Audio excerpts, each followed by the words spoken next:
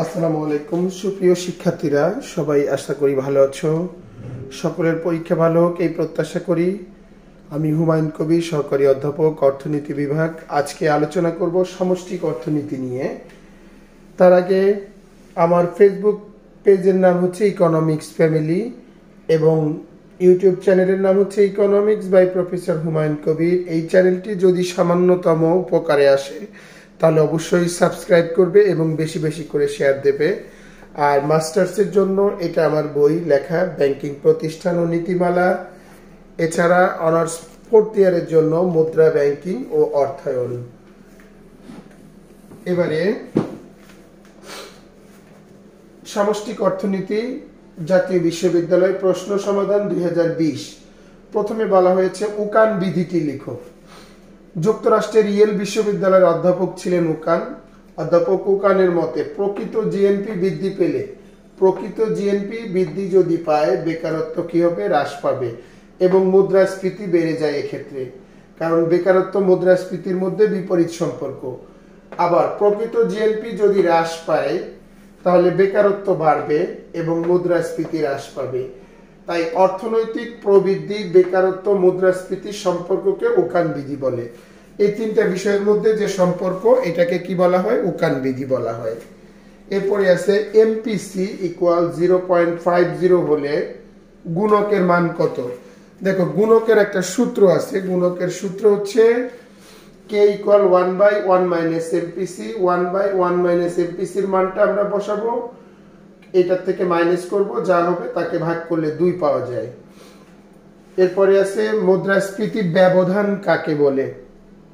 পণ্য নিয়োগ স্তরে সামগ্রিক যোগানের তুলনায় সামগ্রিক চাহিদা বেশি হলে দাম স্তর বৃদ্ধি পায়। এই অবস্থাকে মুদ্রাস্ফীতি ব্যবধান বলে। মানে পণ্য নিয়োগ স্তরে যদি সামগ্রিক যোগানের তুলনায় সামগ্রিক চাহিদা বৃদ্ধি বেশি হয়, এক্ষেত্রে কি হবে? দাম স্তর বেড়ে যাবে। এই অবস্থাটার নাম হচ্ছে মুদ্রাস্ফীতি ব্যবধান।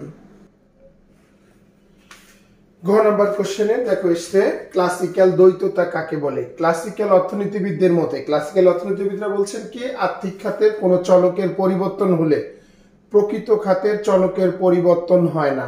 মানে আর্থিক খাতের চলকের পরিবর্তন হলে প্রকৃত খাতের চলকের পরিবর্তন হয় না, কিন্তু প্রকৃত খাতে কোনো চলকের পরিবর্তন হলে আর্থিক খাতের চলকের পরিবর্তন হয়। তাহলে এটা কি? দুইমুখী আচরণ হয়ে গেল। এই দ্বিমুখী আচরণটাকে ক্লাসিক্যাল দ্বৈততা বলা হয়। এরপরে আছে ইনভেন্টরি বিনিয়োগ কি? ভবিষ্যতের জন্য, দেখো এটা চলতি না, ভবিষ্যতের জন্য মজুদ গড়ে তোলার লক্ষ্যে, ভবিষ্যতের জন্য মজুদ গড়ে তোলার লক্ষ্যে যে বিনিয়োগ করা হয়। মনে করো ঈদ কোরবানির সময় কি অতিরিক্ত বিক্রি করার জন্য আগেই কি পোশাক টোশাক তৈরি করে রাখা হয়, এগুলোর জন্য যে বিনিয়োগ, সেটা হচ্ছে ইনভেন্টরি বিনিয়োগ। এরপরে আছে MEI, marginal efficiency of invest. এক একক বিনিয়োগ বৃদ্ধির ফলে যে হারে নিট লাভ প্রত্যাশা করা হয় তাকে এমইআই বলা হয়। এমইআই হচ্ছে বিনিয়োগের প্রান্তিক দক্ষতা। তারপরে আছে আইআরআর, এর পূর্ণরূপ কি? ইন্টারনাল রেট অফ রিটার্ন, আন্ত আয় হার, বাংলা নাম হচ্ছে আন্ত আয় হার।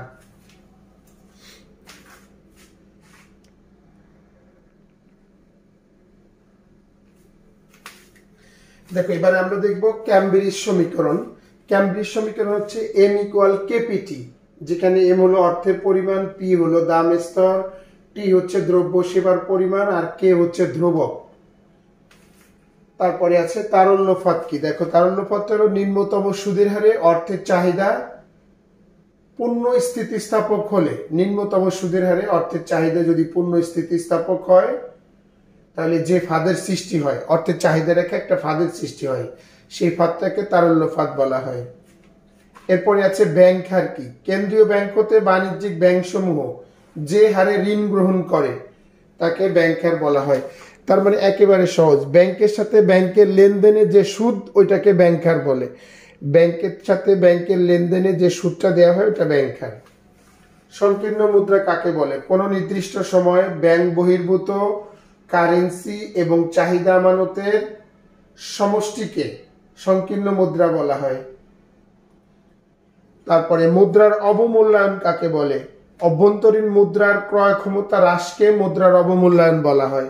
অভ্যন্তরীণ মুদ্রার ক্রয় ক্ষমতা হ্রাস করার নামই হচ্ছে মুদ্রার অবমূল্যায়ন। তাহলে দেখো, সবার প্রতি অনুরোধ হচ্ছে এটা খাতায় লিখে কেউ পোস্ট করবে না, যদি কাউকে দিতে হয় অবশ্যই শেয়ার দিয়ে দেবে ভিডিওটি। আর যারা এখনো চ্যানেলটি সাবস্ক্রাইব করনি তারা অবশ্যই চ্যানেলটি সাবস্ক্রাইব করবে। আল্লাহ হাফেজ, আবার দেখা হবে।